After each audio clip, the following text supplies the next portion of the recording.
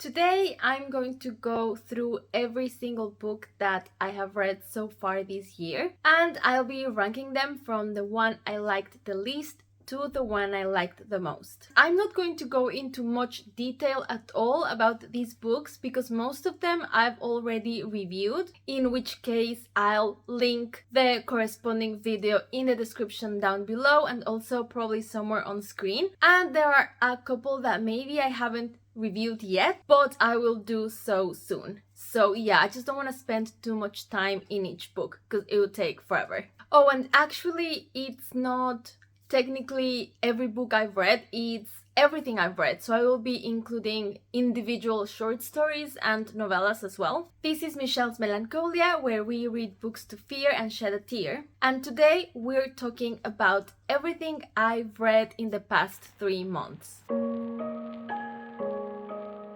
So starting from the very bottom of the pile, the first book is How to Kill Your Family by Bella Mackie, and this is about a woman who is out on a revenge tour to kill her father and all of her father's family as well. This one has been a bestseller in the UK, but I did not enjoy it at all. It is supposed to be a dark comedy with some social commentary, and in my opinion it failed at both of those things, so not great. This one, as well as all the other thrillers that I will mention, have been reviewed before in one of my thriller review videos, so I have 2 of them. The next book was Audrey Rose by Frank De Felitta. I have a full video review for that one. This is a horror novel from the 70s, and it is about a couple whose daughter seems to be the reincarnation of a little girl who died some years ago. This one was mostly boring, and when it was not boring, it was a bit overdramatic for my taste. And actually, these are the only 2 books that I didn't like. The rest of the list includes books that I actually enjoyed. It's just a matter of I enjoyed some of them much more than the others. The next book is One of Us is Dead by Geneva Rose, and this is about a group of very rich women that go to the same beauty salon, and the woman who runs the beauty salon knows a lot, if not all, of their secrets. And we know from the start that someone connected to all these women has died, and from a bunch of different perspectives we come to find out what happened. This one was actually a quite entertaining rich people thriller. It was really nothing special, but I would actually recommend it if you're just looking to have a fun time. The next book is The Maid by Nita Prose. This is another thriller about a maid in an upscale hotel, and she finds one of the most prominent guests murdered, and because her social skills are not very good, she becomes entangled in the mess, and we just go along with her as the mystery evolves. In my review video of this one, I address most of the criticisms that I had of this book and that I've seen other people have of this book. But personally, I wouldn't tell people to stay away from it because I actually had a good time. It was maybe a bit unnecessarily long, and I thought the plot itself had some flaws, but overall it was also an entertaining read for me. Then we have Cop Hater by Ed McBain, which is a police procedural book quite outside of what I tend to read. I have a whole vlog dedicated to this book, and it was a fun time. Just nothing super special, but it definitely made me think that I would be on board to read more police procedurals because they can get pretty interesting. So I was editing this video when I realized I forgot one whole book, and that is 56 Days by Catherine Ryan Howard. This is about a man and a woman that have just started dating, and then the COVID lockdown is announced in Dublin, so they decide to move in together. Because why not, I guess. And of course one of them ends up dead. And there's not much else to say about this book. I forgot about it, so that's really all you need to know. Next up is Snow Shark by Brian G. Barry. And this is as straightforward as the title and the cover suggest. It is about a killer shark that moves around in the snow, and it is just a very fun gore fest. So if you're in the mood for a gory, violent animal attack book, I'd say this is a very good pick. Hi, it's me again. I just wanted to share the news that Brian G. Berry just announced Snow Shark 2 Terror in Space. And it looks awesome, so I'm definitely going to be reading that as soon as possible. Next up, we have a short story that appears in The Best Horror of the Year, Volume 14, and that is Redwater by Simon Bestwick. And this one first appeared in the Alchemy Press Book of Horrors 3, A Miscellany of Monsters, just in case you were curious. Obviously, I cannot say much about short stories without giving everything away, so I'll just mention a few key things. It's never said explicitly, but it gave me post-apocalyptic vibes, and it is about this group of people that are navigating a river. They are on their boat and they encounter something dangerous, and if you want to know how they fare against this thing, you're gonna have to read the story. Then we have The Screaming Skull by Marion F. Crawford. This is also a short story, and this one is really old. It's originally from 1908, but it appears in The Weird, a compendium of strange and dark stories. And this is about a man who just lives in his house, and for reasons that the story explains, he is in possession of a skull that screams all the time, and it is very creepy. Then we have Terrorforming by P.A. Sheppard. I don't yet have a review up for these, but I will. I'm just waiting to read one more book because I want to upload a video where I review 3 independently published books. I'll just say that this is a science fiction horror novella.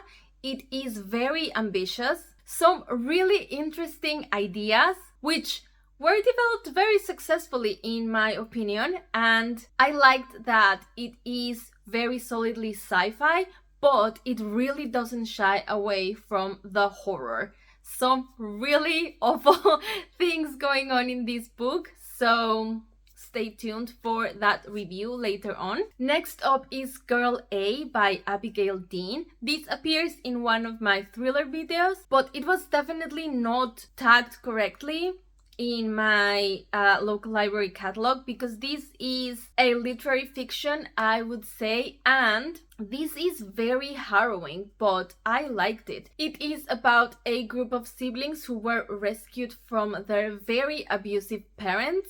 And we follow mostly the perspective of one of the sisters, the one who actually got them rescued. And through her interactions with her siblings in the present, and a few flashbacks, we start to piece the story together of what happened when they were with their parents and how they ended up in the situation they were. This is quite bleak and depressing, so I would only recommend it if you tend to enjoy those kinds of things, but I definitely thought that the writing was very beautiful, and it was just one of those stories that leave you very emotional in the end. And it also gives you like a sprinkle of hope and has somewhat of an uplifting undertone. Next up is Then She Was Gone by Lisa Jewell, another thriller. This one is actually a mystery thriller and it is a very good one. It is about a teenage girl who goes missing, and many years later we are following her mom who hasn't been able to fully let go, and now more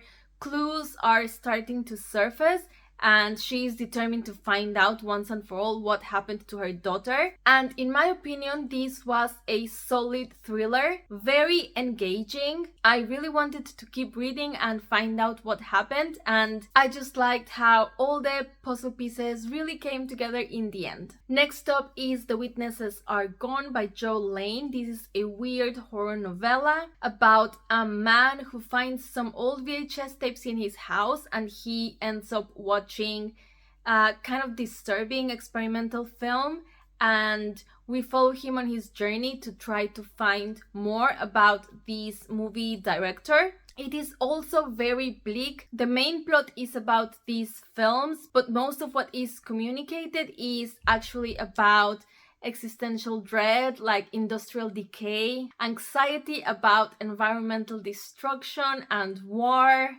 and humanity destroying itself, all piled on top of a storyline that focuses on looking for something that seems impossible to find. So it is kind of anxiety inducing.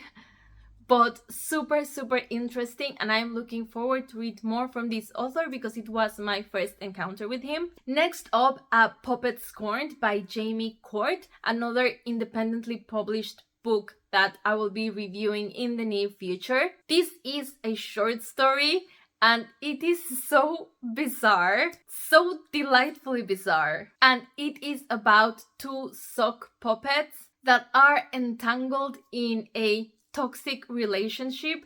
There is some puppet erotica, if those two words can even be put together and make sense. There is a touch of whimsy, a touch of madness, and a touch of horror, and it was incredible. The next book is Whipper Country by Jack Harding. This is a collection of short stories that are all interconnected in a way that I prefer to refer to this book as a collection of vignettes that immerse the reader in London during the time when Jack the Ripper was active and tells the story of other characters that may have been living at that time and that place that were somewhat connected to Jack the Ripper, but not directly in the way that we know from history. Super interesting. It gave me very experimental vibes, but in a very successful way. It explores different kinds of horror, and it was definitely a very fascinating read. I was so pleasantly surprised with this one. Narrowly missing the top 3, we have Gilded Needles by my beloved Michael McDowell. I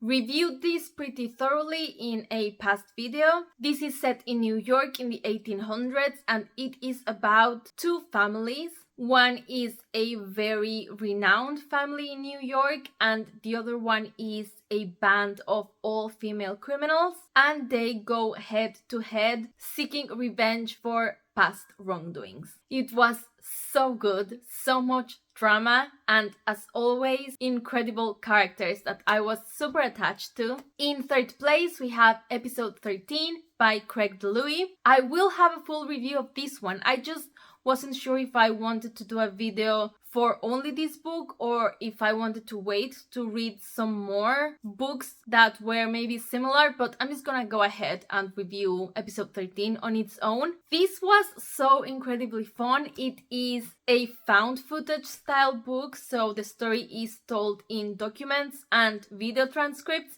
and it is about a team of paranormal researchers that go into a very haunted house in which scientists back in the 70s were conducting some experiments and then they disappeared. I love books that include mixed media, I love books about paranormal investigations, and I love books about scientists researching the paranormal, so there was no way this could go wrong for me. And that's all I will say for now. So don't forget to subscribe so you won't miss my full review on this book. In second place, we have The Willows by Algernon Blackwood, another novella from the early 1900s. And this is a weird cosmic horror story about two men that are camping at a river's edge. And in the place where they're camping, there are a lot of willows, but they don't seem to be regular willows. They are